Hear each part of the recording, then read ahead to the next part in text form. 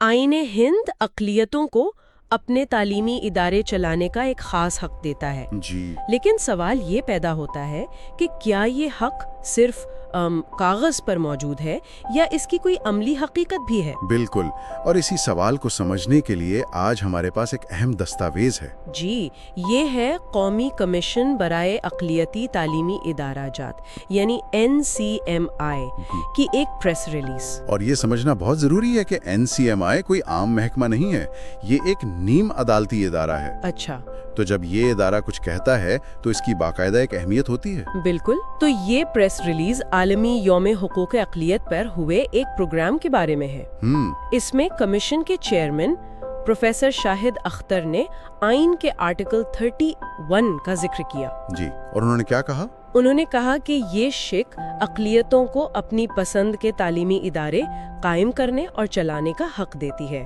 और ये कि ये हिंदुस्तान के जमहूरी निज़ाम की बुनियाद है। देखिए, जमहूरी निज़ाम की बुनियाद, ये बहुत बड़ा दावा है। जी, बहुत बड़ा। अच्छा, असल में आइन बनाने वाले अक्सरियत की आमीरियत यानी टिरेनी ऑफ द मेजॉरिटी के खतरे को समझते थे। तो ये आर्टिकल 30 सिर्फ एक हक नहीं है, ये एक तरह का आप कह सकते हैं सेफ्टी वाल्व है। सेफ्टी वाल्व किस चीज के खिलाफ? इस बात को यकीनी बनाने के लिए कि अक्सरियती कल्चर अक़लियती शनाख्त को कहीं मिटा ना दे। ये बहुत दिलचस्प नुक्ता है, लेकिन प्रेस रिलीज में तो हकूक की बात है, क्या उसमें अमली चैलेंजेस का भी कोई जिक्र था? मेरा मतलब है जैसे फंडिंग या सरकारी मुदाखलत। जी बिल्कुल। देखिए, बराह रास्त तो इन चैलेंजेस का जिक्र नहीं, लेकिन ये इन हकूक की अहमियत पर जोर देकर बिल वास्ता तौर पर इनकी तरफ इशारा जरूर करती है। अच्छा। और ये भी याद रखना जरूरी है कि ये हक कोई लामहदूद नहीं है।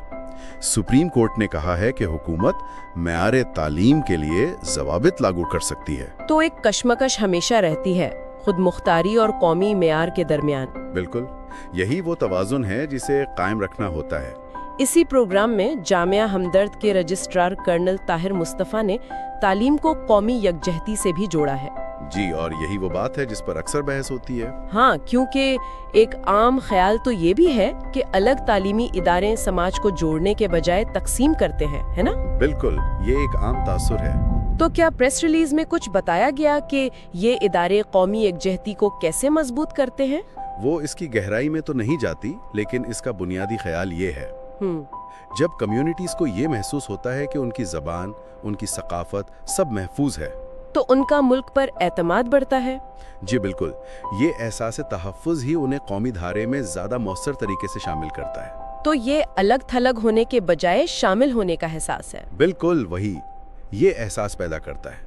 तो जब हम इन तमाम बातों को एक साथ देखते हैं, आईनी हुकूक, जमहूरी ढांचा और कौमी यकजहती, जी, तो तस्वीर ये बनती है कि ये सिर्फ अक़लियतों के हुकूक का मामला नहीं, बल्कि ये पूरे मुल्क के समाजी ताने बाने को मजबूत रखने की एक कोशिश है। बिल्कुल। और प्रेस रिलीज के आखिर में ये भी बताया गया कि शुरका ने आईनी अक़दार की पासदारी का अहद किया। और ये अहद ही सबसे अहम है। जी, इस पूरी गुफ्तगू से जो सवाल मेरे जहन में उभरता है वो ये नहीं कि आइन में क्या लिखा है, तो फिर क्या है? सवाल यह है कि उस पर अमल दरामद कितना हो रहा है। आईनी जमानतें तो मौजूद हैं, लेकिन जब एक अक़लियती इदारे को अपना दर्जा साबित करने के लिए बरसों कानूनी जंग लड़नी पड़ती है, या फंड्स के लिए या हुकूमती ज़वाबित से निमटने के लिए, जी, तो क्या ये सब आइन की असल रूह को कमजोर नहीं करता? ये वो सवाल है जिस पर सोचना चाहिए।